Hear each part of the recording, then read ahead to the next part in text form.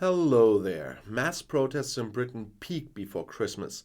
Dissatisfaction grows and there's no solution to the conflict. So, shortly before Christmas, a wave of protests rolled towards Great Britain. The strikes are slowing down the country and could drag on through the holidays. Tourists have also been affected by the protests. Hospital staff, unions, and civil servants are taking to the streets to protest low wages and poor working conditions. Prime Minister Rishi Sunak and his government are increasingly feeling the anger of workers. Nevertheless, the fronts remain hardened, and that is something we have to talk about probably for a few more days. But the most important thing to look at before Christmas in Great Britain is not the Advent calendar, it's the strike calendar that sets the pace around the festive period. There's hardly a day in December when work is not suspended in some industry in protest against low wages and bad conditions. Public life is at a standstill. The strikes are slowing down the country, and there's not a day in December that the protesters do not calm down. On Tuesday, December 20th, hospital staff in Great Britain went on strike. You heard about this in the morning already. Nurses from the National Health Service, the NHS, are protesting for the first time in their history. The ambulance drivers stopped working on Wednesday, and according to the German press agency, it was the ambulance drivers, or it will be the ambulance drivers on Friday. For tourists, this means longer queues at entry until New Year's Eve, and some flights could also be cancelled. Trains can be cancelled for days after Christmas Eve.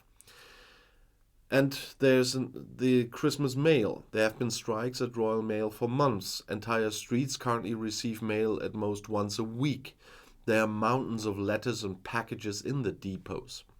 Word circulated recently that Royal Mail managers should recruit relatives and friends to help with sorting and at least ease the backlog ahead of Christmas. And then, of course, there's healthcare.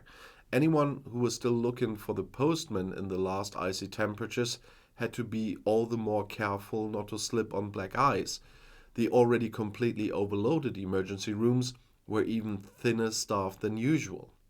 Secretary of State Will Quince advised against contact sports and other risky activities, as he put it, because for the first time in its history there are large-scale strikes in the NHS health service. In this way, nursing staff and ambulance drivers also want to create awareness of the catastrophic situation that is affecting many people. More than 7 million are waiting for routine procedures, and emergency doctors need much longer than planned, and ambulances are backed up in front of the emergency rooms.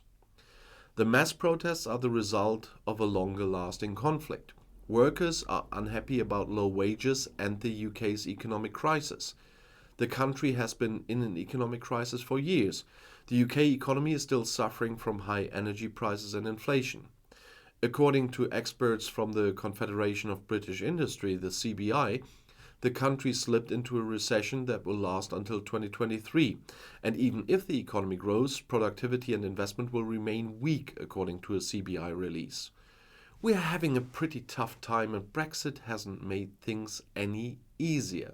That's how the German newspaper Handelsblatt quoted John McCabe, head of the North East Chamber of Commerce. The British government reacted to the wave of protests and expressed disappointment. They also regularly emphasized that there was simply no more money after the corona aid. The unions are stealing Christmas from us, complained the conservative press, according to the German press agency. Prime Minister Rishi Sunak is particularly disappointed that the strikes are taking place at Christmas and are significantly restricting people's everyday lives. Well, he is doing that in the end. The Prime Minister had tried to create a festive spirit even outside his country. During a visit to Estonia, Sunak distributed Christmas dinner to British troops and NATO soldiers stationed there. Nice gesture, but let's not talk about British food. But in Great Britain, no happy celebrations will dominate the Christmas season. Dissatisfaction with the Tories is growing among the population of Great Britain. And this was also reflected in the Tories' poor election results, which hit a low point this year. The population is frustrated because of the empty Brexit promises. Although Prime Minister Sunak had sought closer relations with the EU, he had recently denied discussions about reversing Brexit. Sunak seems to be losing support not only among the population but also in politics. Former Tories launched a campaign against the Prime Minister to pressure Sunak. Great Britain should therefore be prepared for further times of crisis even after Christmas. The government regularly announces that there is simply no more money after the Corona aid and is driven by Tory hardliners who want as little government intervention as possible. The trade unions, on the other hand, are clearly on the side of the opposition Labour Party, which for the first time in many years senses the chance of a change of power. Family incomes have been shredded by rising bills and more than a decade of low wages, says TUC chief Francis O'Grady. Responsible for this is the failed Tory policy. The wave of strikes could last well into next year. And I also do expect this. And I also do expect that I will have to make many more videos on this situation, that we will talk a lot about strikes in the near future. Because with the ERG and the other right-wing backbenchers behind him, Sunak cannot do what he wants. To be honest, I'm quite sure Rishi Sunak would be a different prime minister with a different parliamentary Tory group there. But the way the Tory party is at the moment, things will not change, no matter who would be the person in charge in Downing Street number 10.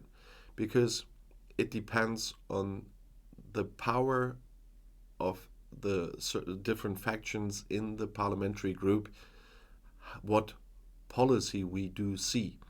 And we still, even with Jeremy Hunt reversing a lot that Theresa May has caused. Not Theresa May. Yeah, I'm back to Theresa May with that. No, we'll even forget Liz Truss because of just 45 days. It's hard to remember that name. No, it's not. He's reversing a lot Liz Truss planned to do, and she caused a lot of chaos in the economy with that and on the financial market. But still, we will still see the same Tory policy we've seen for years now. At latest since the 2019 election, when Boris Johnson and his landslide victory he got by lying to the people like hell happened. And it will last until the next general election. And there are still, between now and the next general election, there will be years. Because the Tories are not suicidal. They will not have a general election with the population being that angry on them, and we would see a Labour landslide victory if there was an election now, and no Tory will allow that. So they are not that stupid. Some of them are quite, very living inside their own bubble and not recognizing anything of the truth or reality happening outside their bubble. But they are not overlooking the current situation in the polls and the mood among the people. They're not that delusional. And even the white powder story will not change that. But so we will have to deal with that for a long time, because it's still years. And I'll see you in my next video. I'll be back.